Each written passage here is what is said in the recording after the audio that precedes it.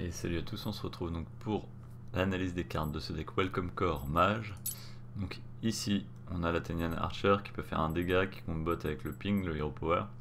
On a rajouté du Strict Conjurer qui augmente la puissance des sorts de 1.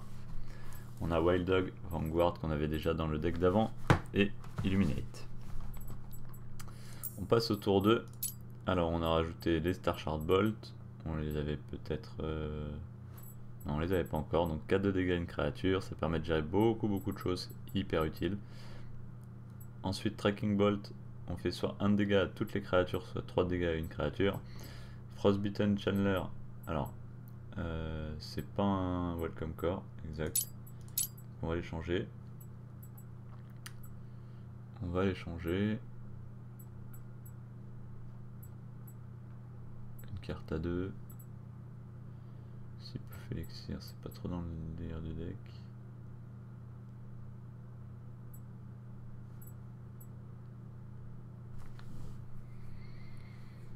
De 3 pour 2 à la limite, c'est pas mal. Regardez le Sardai. D'une cavalerie Huntwarden pour avoir de la créature solide en tour 3. Ensuite, Crystal Rain à 4 qui fait 2 de dégâts à chaque ennemi. Ça c'est fort. En vrai, pour contrer les decks aggro, pour 4 en plus maintenant. Deal 6 damage pour 4, le Wyrmbreast très fort. Ensuite on retrouve Ratify qui permet de gérer une grosse créature, les Runewriter pour aller chercher des dégâts, et Epiphany. On va tester ce deck, donc toujours contre un deck mythique en face.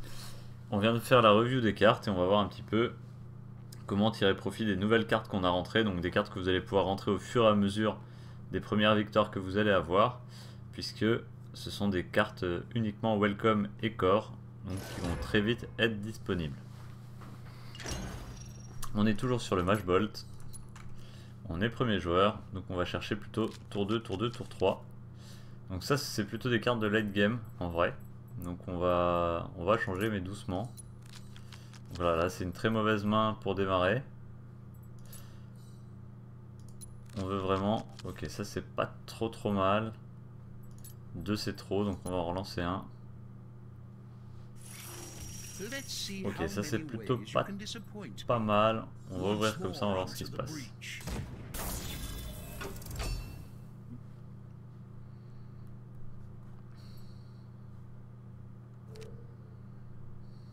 Ok, une arme en face. On a ici peut-être la solution. Du coup on va essayer de poser de la grosse menace tout de suite et de mettre la pression sur les points de vie. On se doute qu'en face il va pouvoir protéger une de ces créatures et sans doute venir trade ici, on espère pas là. Voilà, c'est pas mal. Donc là l'avantage c'est que même là il n'a pas encore le trade, donc on peut continuer à attaquer les points de vie et le laisser lui venir gérer nos créatures.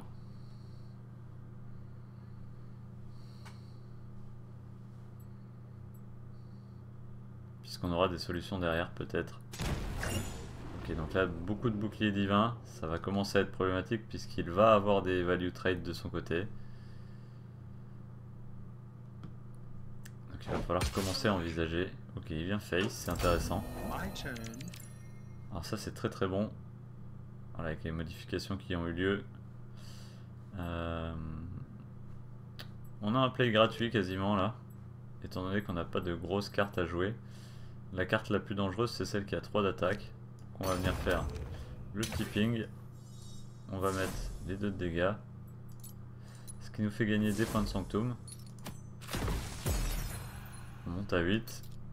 Et encore une fois on retourne face. Et on met la pression. On est à 14. C'est pas trop mal. Et l'adversaire est à 19 points de vie.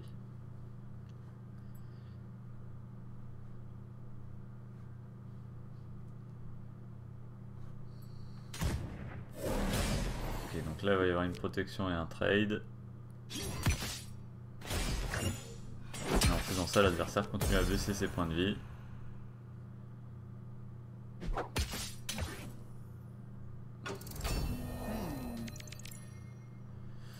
Alors ici on peut avoir éventuellement un trade intéressant. Ensuite on va faire des dégâts face et on a un deuxième trade intéressant. Donc là on a un play qui se dessine de lui-même, qui nous permet de garder la table le plus longtemps possible. Et qui en plus nous permet de gagner des points de sanctum.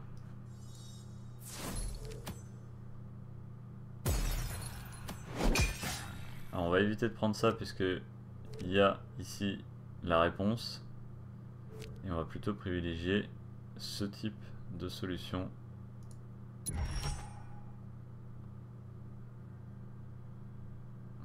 Après il est encore loin, remarque. Non, on va faire ça.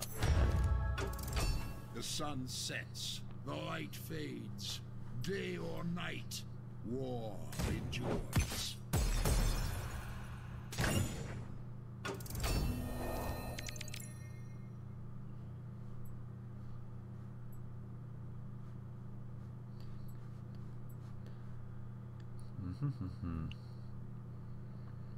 On n'a pas envie de lâcher trop vite la table non plus.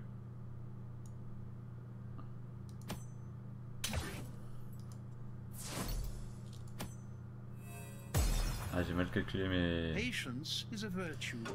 les points de mana. Je pensais pouvoir placer cette carte là en plus. Ok, c'est le genre de carte qu'on veut pas voir. Alors, on va essayer d'aller chercher des solutions comme ça. Ça c'est vraiment bon. Ok.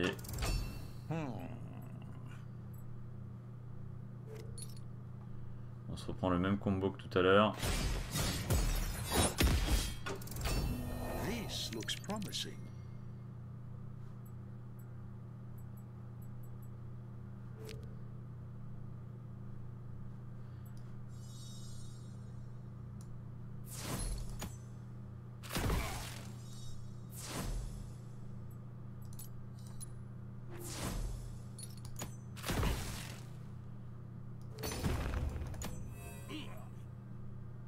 It would appear I'm out of options. Donc là on a perdu la table. On la récupérera plus. Mais c'est pas dramatique. Parce qu'on a l'option du létal dans la main. Et pas de récupération de points de vie en face. Donc normalement ça devrait passer. Grâce au Wyrmbress qui est passé à 6 de dégâts. Et donc 6 plus 1. Ça fait 7 et on vient de gagner contre un deck qui est devant légende avec ce deck Welcome Core.